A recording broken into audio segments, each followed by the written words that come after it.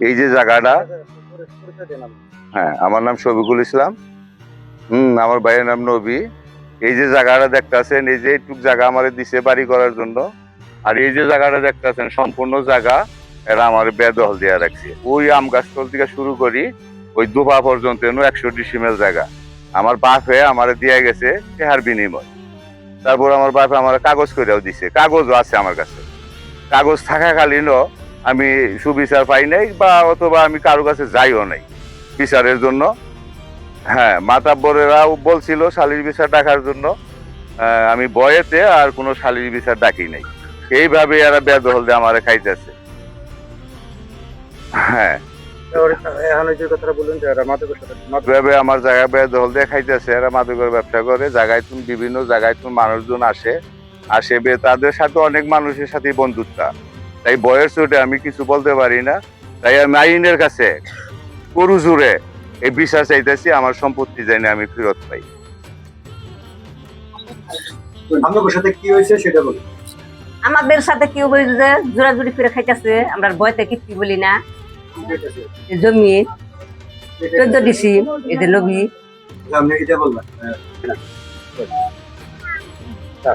আসসালামু আলাইকুম। এই জমিটুক আমি আমার বাপের কাছ থেকে কিনছি। কেনার সময় এই দেশে ব্যাগেই ছিল, সানার ছিল, সানার বাদ ছিল, এখানে প্রভাবশালী বুলবুল বিয়াও ছিল। তারপরে এই জমিটা আমার 100 ডিসিম জায়গা আমার বাপে আমারে দিয়ে গেছে, কাগজপাতি করে দিয়ে গেছে। যে কোনো কারণবশত আমি বাড়িঘর ফালাইছিয়া গেছিলাম গা। এখন আসার পরে সম্পূর্ণ জমিন এরা বেদখল দিছে। বেদখল দেওয়ার পরে আমার একটা ডিসিম জমিনও দেয় নাই, শুধু আমার ভাই নবী ওরা বাপ বেটা মিলে বেদখল দিয়েছে, দিয়া খাইতেছে। তারপরে আমার 1 ডিসিম জায়গাও এরা দেয় নাই। তারপরে বলার কারণে এইটুক জায়গা দিছে, খানি সীমিত জায়গা চাইছিলাম বিদায় এরা দুহান পারে আমার মারবার জন্য আক্রমণ করছিল। আমার বাইশটা কায়সারে কয় ঠ্যাং ঠুং বাইরে ভাঙ্গা হালাই দিম যদি জমি চাষ।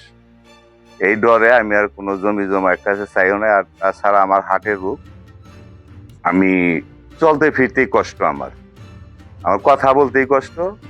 তারপরও আপনারা আইছেন যখন, কথা বলতেই হয়, না বললেই ন। এখন আমি আপনার কাছে এড়ে আবদার করি আমার জমিটুকু জানি আমি পাই ফিরে।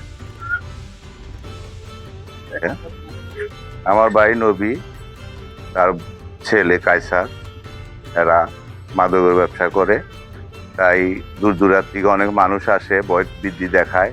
আমি কিছু বলতে গেলে আমারে মারবার আসে, বা আসছেও 2 বার আসছেও, এই বাড়িতে 2 বার করে মারবার আসছেও আমারে। আমি তো দুর্বল, আমি সমস্যা, হার্টের রুগী মানুষ, আমি এদেরকে কিছু বলি না। এই কথাই আমি বললাম। আচ্ছা, এই যে পাথরটা, এই পাথরের থেকে শুরু করি ওই কাঁচা পর্যন্ত, এন থেকে নইয়া এই পর্যন্ত 100 ডিসিমেল জায়গা আমি আমার বাবার কাছে কিনা রাখছি। হ্যাঁ, সম্পূর্ণ জায়গায় আমার বেদখল দিয়ে রাখছে, 1 ডিসিম জায়গা আমার দেয়। তো তাই আমি আইনের কাছে এটা বিচার জানাইতেছি, আমি জানি সুস্থ বিচার পাই, আমার সম্পত্তি জানি আমি ফেরত পাই। এই কথা বলি আমার কথা শেষ করছি। নবী আমার মনে করেন যে এটা দেখেন, এটা নবী ভাইয়ের লাতিন। আমরা ওই দোকানে দাঁড়াই রয়েছি, এই সময়টা পালাই অনেকখানি জায়গা নইয়া এই কলার মধ্যে এইভাবে দইরা সুন্নিকির আনতেছে।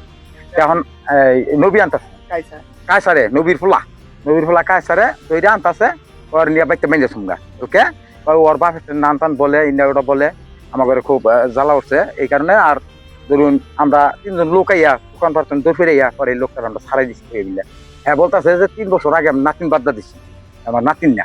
হ্যাঁ, নতুন এইগুলা কইয়া এইভাবে তারা আক্রমণ করলো, আমরা ছাড়াই রাখি।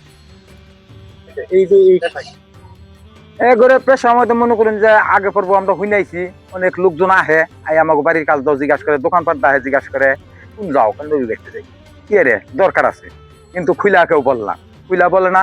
আমরা আবার আগের তো জানিও যেগুলা জিনিসের বেচা কিনে আরেকবার জানাজানি হয়েছে, ধরা টরা হয়েছে, এগুলাই তারা এইভাবে ই করিয়া এগুলা মনে করেন যে লোকজন আহে, অনেক সাদা শাস্তি নিজের পাড়ার এলাকার প্লান সব মনে করেন যে এগুলা তো নষ্ট হয়ে গেছে। আমরা চাই এইটার শাসন ভালোভাবে যাতে সুষ্ঠুভাবে শাসন হয় এইটাই আমরা চাই। এলাকা মাদক মুক্ত হোক। হ্যাঁ, এই এলাকার মাদক মুক্ত আমরা এটাই শাসন